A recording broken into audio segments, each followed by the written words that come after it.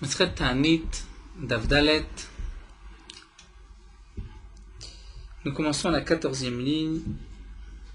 Amar Rabbi Shmuel bar Nachmani, Amar Rabbi Natan. Donc le Daf 4. Amar Rabbi Shmuel bar Nachmani, Amar Rabbi Natan. Nous avons encore quelques agadot avant de reprendre la sugia de Ta'anit. Shlosha, Sha'alu Shelo Keogen. Nous dit la Gemara, il y a 3 personnes qui ont demandé à Kadosh Baruch Hu, comme nous allons voir, mais Shelo Keogen. Ils n'ont pas bien demandé. Malgré tout, les Shnaim eshivu Keogen, Achad eshivu Shelo Keogen. À 2, on a répondu comme il fallait, mais à 1, il n'a pas été répondu comme il aurait été souhaitable. Nous allons voir tout de suite, la Gemara va nous expliquer. Veloen, voici ces 3, c'est Eliezer Aved Avram, Eliezer, l'esclave d'Avram, lorsqu'il a demandé qu'Akadosh Baruch Hu lui amène, fasse trouver facilement la femme pour Yitzhak, Shaoul ben Kish, et Yiftach ha-Giladi.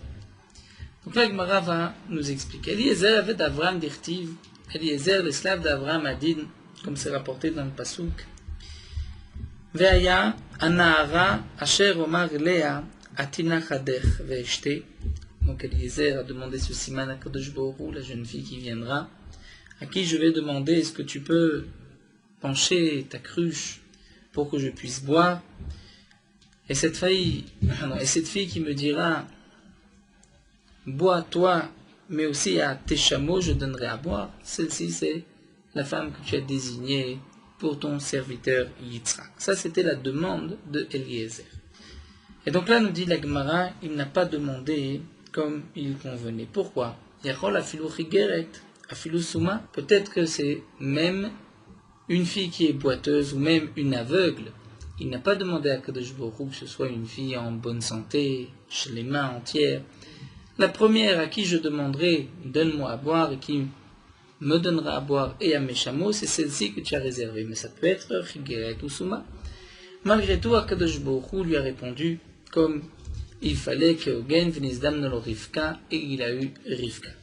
Et comme le rapporte ici Tosfot, une Chigeret Souma, peut-être que à l'œil nu d'un coup d'œil, ça ne se voit pas, ce n'est pas visible, et donc Eliezer aurait pu, par ce siman, apporter une fille aveugle à son maître. Ou encore, Shaoul ben Kish, nous dit la Gemara, lui aussi a demandé chez l'Okagun. Shaoul ben Kish, c'est-à-dire le roi Shaoul d'Irtiv, au moment de la guerre avec Goliath, Shaoul a dit, Ve'aya ha'ish asher yakenu. Le roi a promis que l'homme, celui qui frappera Goliath, Ya'asherenu amelech osher gadol, le roi lui donnera une grande richesse, Ve'et bito yiten lo, et il lui donnera sa fille en mariage. Donc là, Shaoul a promis sa fille en mariage à celui qui frappera Goliath, qui va vaincre Goliath, mais Yachol afilo eved, afilo mamzer. C'était peut-être même un esclave ou même un mamzer. Et à ce moment-là, il aurait été obligé de lui donner sa fille, bien qu'il ne peut pas donner sa fille à un mamzer. Un mamzer n'a pas le droit d'épouser une fille d'Israël. Malgré tout, chez vous, Keogen, venizdamen lo David. Donc le ciel lui a répondu, dire comme il fallait, et il a eu David Ameler, c'est David qui a frappé Goliath et qui par la suite a été le gendre du roi. Yiftach ha-Giladi, lui aussi a demandé, a fait un vœu comme nous allons le voir, mais lui, on ne lui aura pas répondu Keogen. C'est marqué dans le Pasuk, lorsque Yiftach était parti en guerre, il a fait le vœu.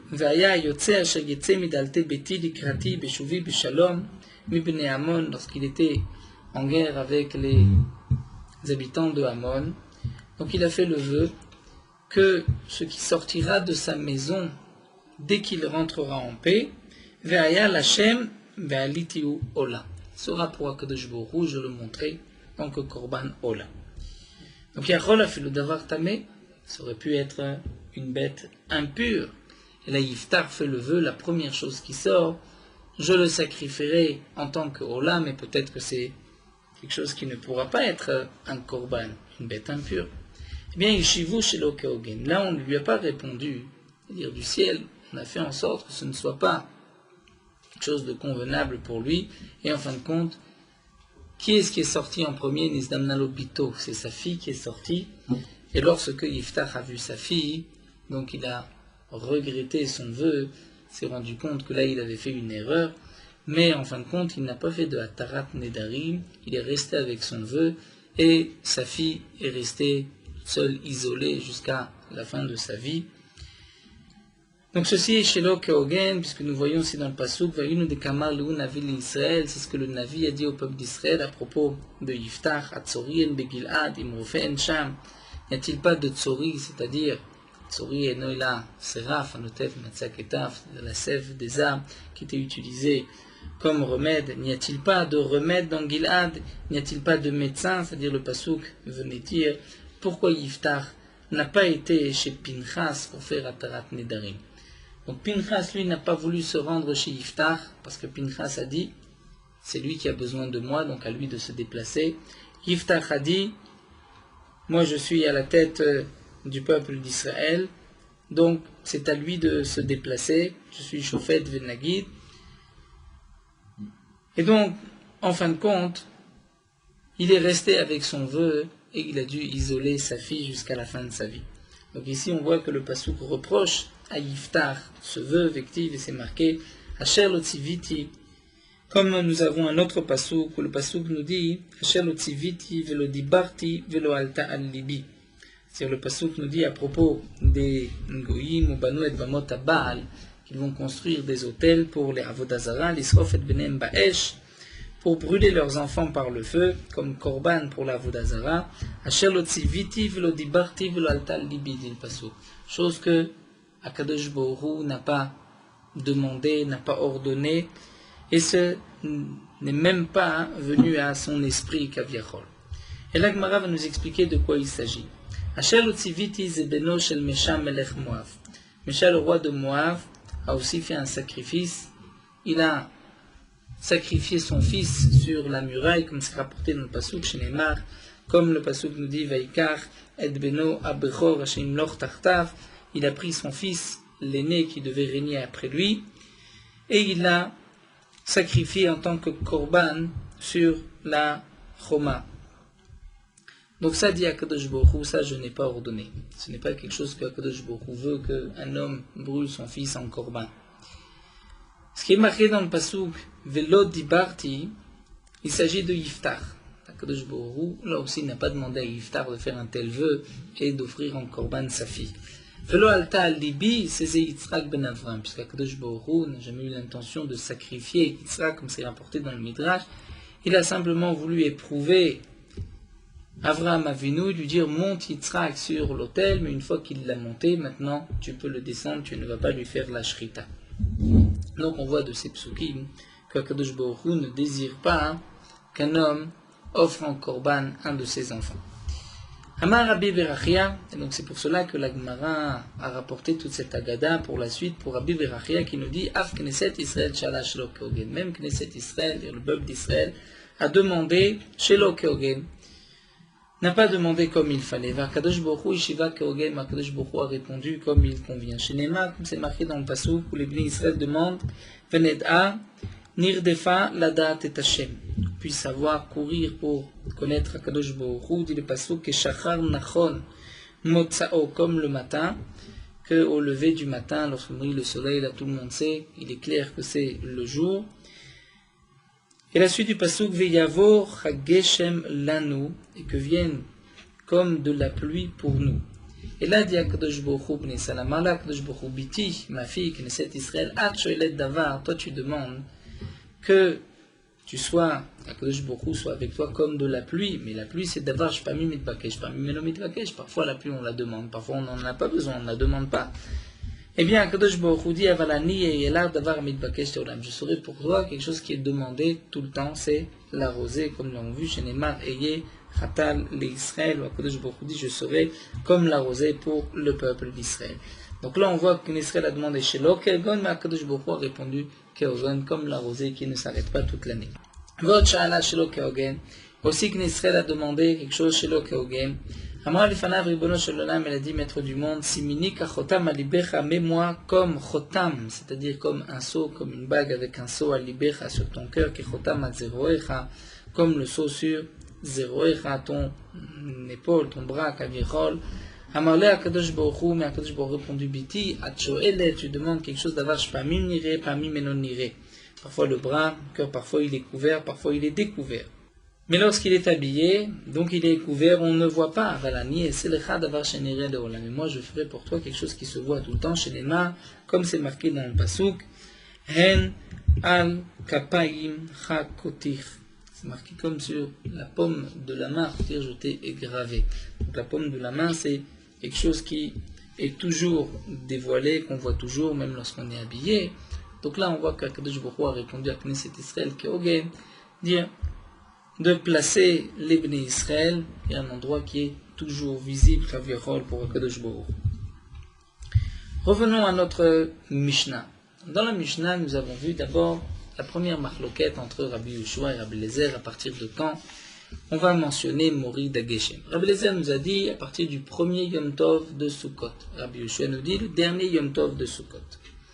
Ensuite, c'est marqué dans la Mishnah, En shoalim et akshamim et la samour likshamim. On ne demande les pluies que proches des pluies, samour likshamim. Donc là, Gemara nous dit, Savrou a en pensé au départ, Sheila va askara chadam miltaï, que dans la Mishnah, ce qui est marqué, on ne demande les pluies, c'est en vérité, on mentionne dans la tefila de Atak Gibor, dans cette bracha, on mentionne les Mori d'Ageshem. On mentionne les pluies, mais on ne la demande pas encore. Ce n'est pas le Ten Talumata, ce n'est pas la bracha de Ten Talumata qu'on va inclure dans Birkat Hashanim, mais simplement la Askara mentionnée Mori d'Ageshem. Et donc la Mishnah viendrait nous dire, on ne mentionne les Kshamim, Mori d'Ageshem, que Samour les Kshamim, c'est-à-dire proche du moment où on en a besoin. Et ça veut dire à la fin de Sukkot, puisque pendant Sukkot on ne veut pas de pluie, puisque c'est Siman Klala, c'est un mauvais signe de malédiction.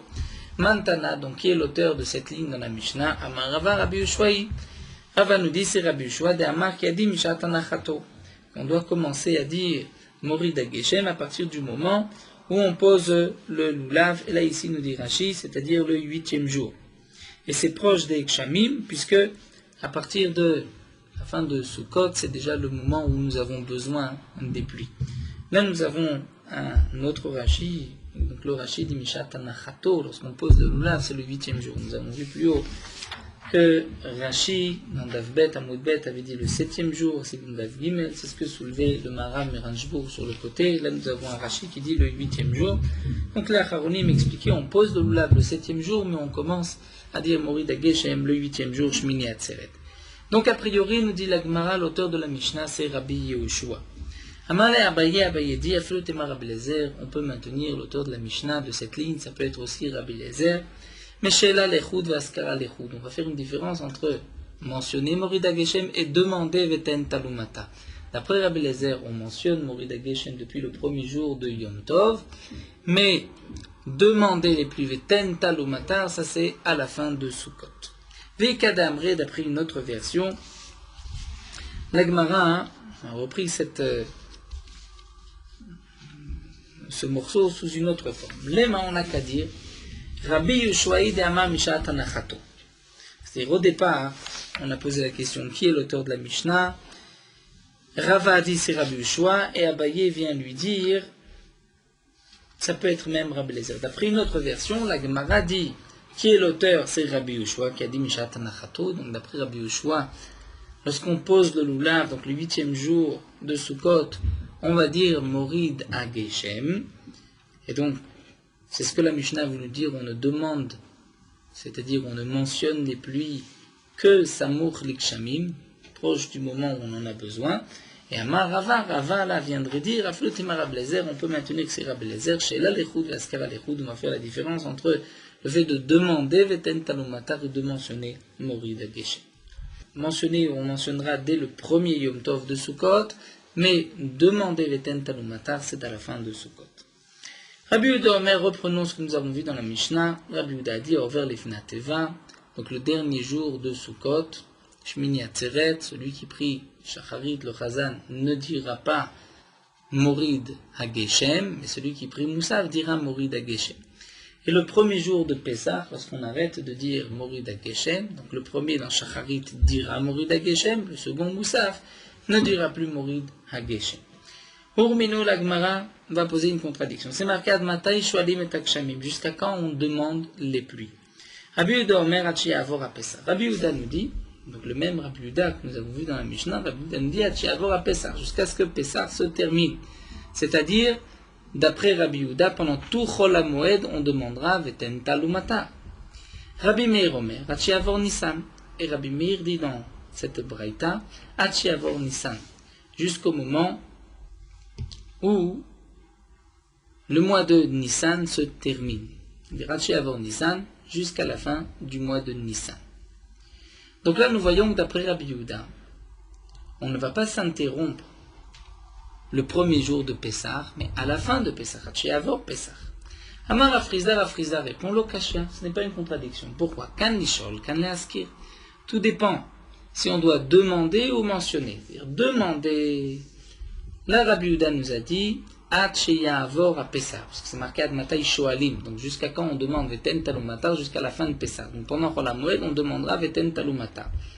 Mais ce qui est marqué dans la Mishnah, que le premier jour de Pessah, celui qui dira Moussaf va s'interrompre, ne dira plus Morid HaGeshem, ça c'est pour la Haskara, pour mentionner Morid HaGeshem. C'est-à-dire que d'après Rafrizda, Mishal Sha'il Ve'azil, on peut demander jusqu'à la fin de Pessah, mais les Askir B'Yom Tov Arishon Pasik. Le premier jour du Yom Tov, on s'arrête. Et là, l'Agma va demander, mais ce n'est pas logique. Ce n'est pas logique. C'est-à-dire, on s'arrête de mentionner Mashiv Aruach ou Morid HaGeshem, mais on va demander Veten Talumatar, Amarula, Ade Rafrizda Kashia. Nous dit, oula, ce que nous enseigne ici Rafrizda, c'est dur, Kechometz la Shinaim, comme du vinaigre pour les dents, Vechashan la Inaim, comme de la fumée pour les yeux. Pourquoi? Si déjà à Sukkot, lorsque on ne demande pas encore, mais on mentionne Mashiv Aruach ou Morid HaGeshem. Eh bien, Bimkom chez Shoel et Nodin chez Maskir, là où on demande, puisque tu viens de dire à Frizda que pendant tout Pessah, on demandera Veten Talumata. Tu nous dis à Frizda que pendant tout Pessah, on demandera Veten Talumata, on demandera la pluie. Elle nous dit, n'est-ce pas, plus forte raison, chez Maskir, qu'on doit aussi mentionner Morid HaGeshem. Donc, ce que nous dit Rafrizda, ce n'est pas logique, ce n'est pas compréhensible. Et là, donc, revenons à notre question, notre contradiction. Dans la Mishnah, c'est marqué que d'après Rabbi Yehuda, on s'arrête de dire Morid HaGeshem le premier jour de Pessah. Et là, nous avons une autre Mishnah, dans Dafé, où c'est marqué que d'après Rabbi Yehuda, on demandera les pluies jusqu'à la fin de Pessah. Donc on ne s'arrête pas le premier jour de Pessah. Et là, Maroula, donc Oula répond, Tre Tanae Aliba de Rabbi Yehuda. Ce qu'on voit souvent dans la Gemara, il y a deux Tanaïm d'après Rabbi Yehuda. Il y a deux Tanaïm qui sont en marloquette. Qu'est-ce que Rabbi Yehuda a effectivement dit? D'après un Tana, Rabbi Yehuda pense qu'on dira Morid HaGeshem et Veten Talumatar jusqu'à la fin de Pessah. Et d'après un autre Tana, le Tana de notre Mishnah, d'après Rabbi Yehuda, on pourra, donc d'après le Tana de notre Mishnah, bien que ce sont deux Mishnayot, on peut dire qu'une première Mishnah c'est un Tana, la deuxième c'est un autre Tana. Donc le Tana de la première Mishnah lui pense que d'après Rabbi Yehuda, on va arrêter de dire Morid HaGeshem et aussi Veten Talumatar dès le premier jour de Pessah. L'Agmara ne s'arrête pas là, l'Agmara va rapporter encore d'autres réponses, mais on gardera en fin de compte la réponse de Oula qu'il y a deux Tanaïm d'après Rabbi Yehuda. Rav Yosef propose une autre réponse. Rav Yosef veut dire Mayachi Avor à Pessah. Que signifie Hachi Avor à Pessah? Jusqu'à ce que se termine Pessah. Ce qui est marqué dans la Mishnah, d'après Rabbi Yehuda, on demande la pluie jusqu'à que se termine, que passe Pessah. C'est Hachi Avor Shel Tzibur Rishon Ayored B'Yom Tov Rishon Shel Pessah. On va expliquer, non pas jusqu'au moment où Pessah se termine, mais jusqu'à ce que le Shaliach Tzibour, le premier Shaliach Tzibour qui va prier Shacharit le premier jour de Pessah, ait terminé sa tefila. Seulement, cette réponse est aussi difficile. C'est vrai qu'on va un petit peu être dochek, c'est d'arranger les mots. Hachiavor à Pessah, c'est-à-dire Hachiavor le Chazan le premier jour de Pessah, donc le premier Chazan de Shacharit. Mais Abaye va poser une autre question. Abaye va dire c'est impossible d'expliquer ainsi. Pourquoi? Dans cette Mishnah, c'est marqué Admatai Shoalim et Akshamim, jusqu'à quand on demande des Kshamim. La demande des Kshamim, c'est dans la Birkat Hashanim, lorsqu'on fait les 18 bénédictions, et qu'on va demander Veten Talumata, mais à Pessah, le premier jour c'est Yom Tov, on ne dit pas Veten Talumata. Donc on ne peut pas expliquer que le Tanan dise jusqu'à quand on demande les pluies, c'est-à-dire Veten Talumata, jusqu'à ce que est terminé le premier Chazan de Shacharit, mais Shacharit on ne dira pas Veten Talumata. Amarle Abaye, Sheila Yom Tov, Mika, est-ce qu'il y a une Sheila Yom Tov, est-ce que Yom Tov on demande les pluies?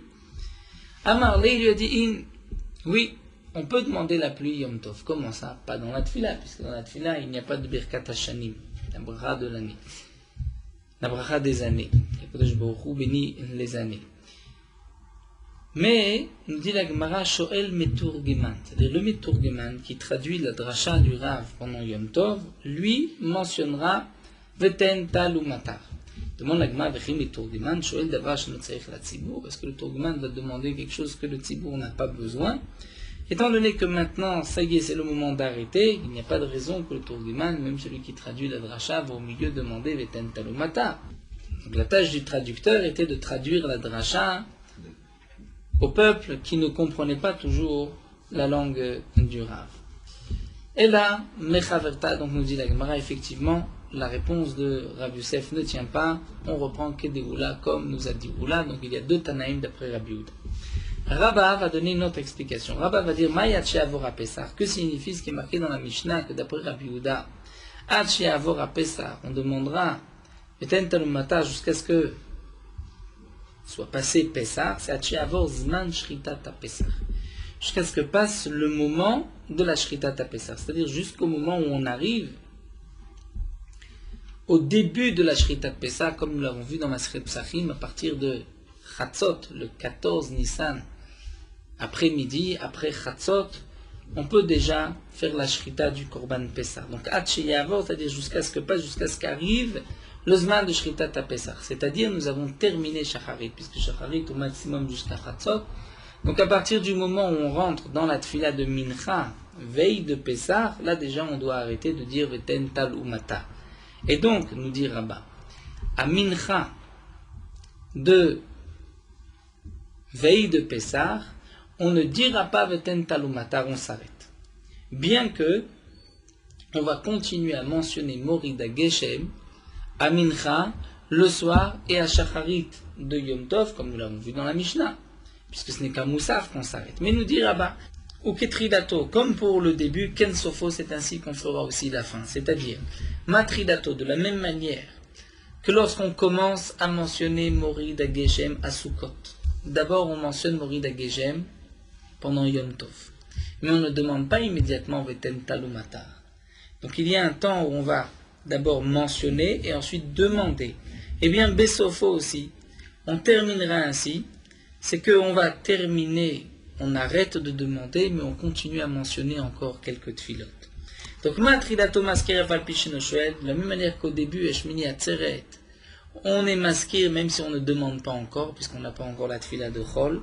Afsofo maskir afalpichinoshel. De même, la fin, lorsqu'on s'arrête, on est encore maskir à Mincha, Arvit et Shacharit, bien qu'on ne demande plus, bien qu'on a arrêté de demander Veten Talumata.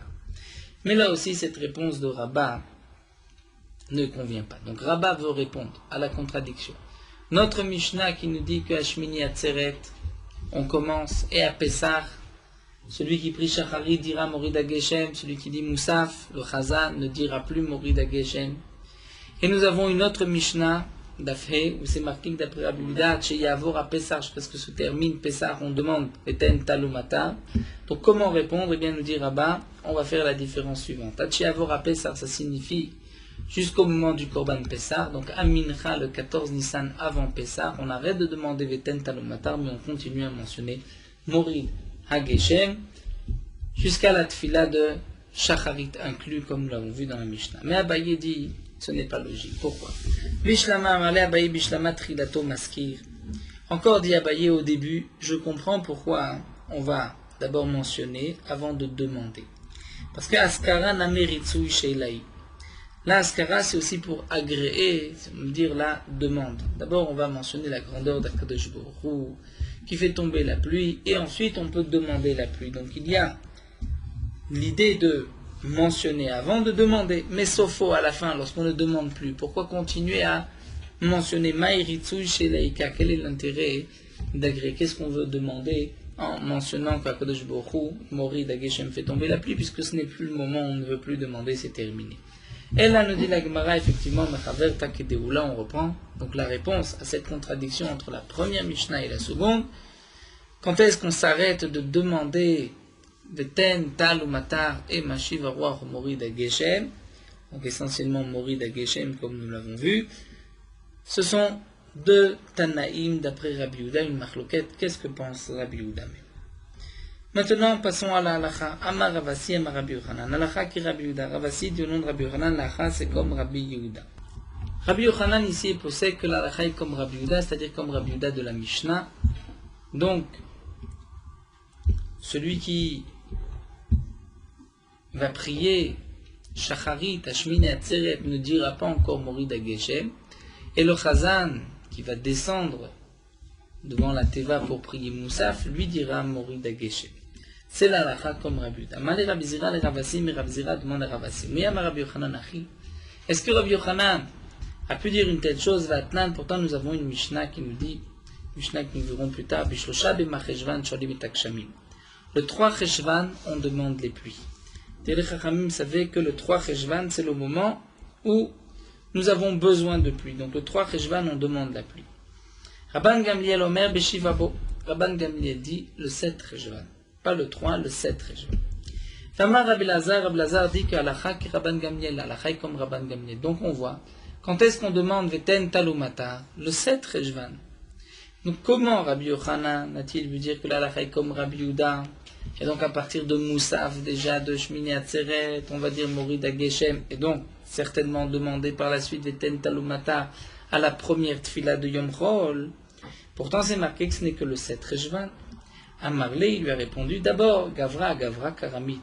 Tu poses une contradiction. Rabbi Yochanan a tranché comme Rabbi Yehuda, et Rabbi Lazar a tranché comme Rabban Gamliel, donc tu viens poser une contradiction, une question sur Rabbi Yochanan. Peut-être que Rabbi Yochanan ne pense pas comme Rabbi Lazar, que la halakha est comme Rabban Gamliel. Ibaïtema, de plus, je peux te dire, même si Rabbi Yochanan pense comme Rabbi Lazar, comme Rabban Gamliel, l'okasha, ce n'est pas une question. Pourquoi? Kan nishan, kan laskir. On peut faire une différence entre le moment où on va mentionner et le moment où on va demander, comme ce que nous faisons aujourd'hui. On demande Mori Dageshem Ashmini Atzeret, mais on ne demandera Veten Talumata que le 7 Cheshvan. Ve'ama Rabbi Yochanan, et pourtant demande la Gemara, Rabbi Yochanan a dit Bimkom Sheshoel Maskir. Lorsqu'on demande Veten Talumata, on mentionne Mori Dageshem. Et donc, nous explique Rashi, je comprends que lorsque on ne demande pas, on ne dit pas Veten Talumata, on ne mentionne pas non plus Mori Dageshem. Donc si c'est ainsi, comment Rabbi Yochanan a pu trancher et dire que l'halakha est comme Rabbi Yehuda? Puisque d'après Rabbi Yehuda, nous avons vu que on peut mentionner Shmini Atzeret, on peut dire Mori Dageshem, mais pourtant on ne demandera pas Veten Talumatar le Yom Tov même, étant donné que le jour du Yom Tov, on ne fait pas les 18 bénédictions. Donc nous avons un jour où on ne demande pas, mais pourtant on mentionne. Alors que d'après Rabbi Yochanan qui dit Bimkom chez Shoel Maskir, je comprends que lorsque tu ne demandes pas, tu ne mentionnes pas. Donc Shmini Atzeret, tu ne demandes pas et pourtant tu mentionnes. L'Agma répond à Oula Sakaitma. Ce que nous a dit Rabbi Yochanan, que lorsque tu demandes, tu mentionnes, c'est l'Afsaka, c'est par rapport à la fin. Rabbi Yochanan a voulu dire, lorsque tu termines de demander, et là nous dit Rashi, lorsque tu termines de demander Veten Talumatar, veille de Pessah, eh bien tu dois t'arrêter aussi de mentionner, de dire Mori Dageshem. La Gemara demande, et pourtant, va Amar Rabbi Yochanan itri l'askir matri lishol. Pasak milishol, posek mileaskir. Rabbi Yochanan a dit que lorsque tu commences à mentionner, tu commences à demander. Donc quand tu dis Mori Dageshem, tu dois demander Veten Talumata. Mais lorsque tu t'arrêtes, pasak milishol, tu es posek aussi milaskir de mentionner. Et donc là, on se retrouve avec une autre question. Puisque dans cette Maïta de Rabbi Yochanan, on voit que Rabbi Yochanan a dit aussi bien pour le début que pour la fin, la Hatrala et la Hafsaka. C'est-à-dire, lorsque tu commences à mentionner, c'est là que tu commences à demander, donc c'est un jour de semaine. Et tu vas t'arrêter aussi de demander, tu t'arrêteras de mentionner ces veilles de Pessah. Donc, on voit que Rabbi Yochanan ne pense pas comme Rabbi Yehuda. Et là, nous dit l'Agma Lokasha. On va répondre de cette manière pour qu'il n'y ait pas de contradiction. Halan Haleu. Tout dépend si c'est pour eux ou pour nous. C'est-à-dire, pour nous en Bavel ou pour eux en Eretz Israël. Quelle différence pour nous ou pour eux? Maïchena le Didan, nous dit l'Agma. Quelle différence pour nous? D'Itlan Pere Bedavra. Nous avons encore, après Shmini Atzeret, des fruits dans les champs. Puisque nous avons des fruits dans les champs tout le mois de Tishri, donc on ne peut pas mentionner même Morid Ageshem avant le 7 Rejvan. Et lorsqu'on commence à dire Morid Ageshem, là on demandera aussi Vetem Talomatar. Donc ce que nous a dit Rabbi Yochanan, quand tu commences à mentionner Morid Ageshem, tu demandes, ça c'est pour les habitants de Bavel. Donc pour les habitants d'Eretz Israël, étant donné que déjà à l'époque de Sukkot, ils n'ont plus de récolte dans les champs, de fruits dans les champs, donc ils peuvent immédiatement à Shmini Atzeret demander et mentionner aussi donc Morid Ageshem et Veten Talumata. Seulement demande Agma Meledidou pour ceux qui habitent en Eretz Israël. Namit les Oler Regalim, ils ont les Oler Regalim, ceux qui étaient montés, puisqu'il y avait une mitzvah de monter les 3 fêtes à Yerushalayim. Donc ceux qui montent et qui maintenant vont rentrer chez eux vont se retrouver avec la pluie. Donc on doit attendre avant de demander la pluie. Alors l'Agma a dit, c'est vrai, mais Kikama Rabbi Yochanan Bisman Shebet Hamikdash Kayam. Quand est-ce que Rabbi Yochanan a dit que à Shmini Atzeret, on va demander et mentionner, c'est lorsque le Bet Hamikdash était déjà détruit.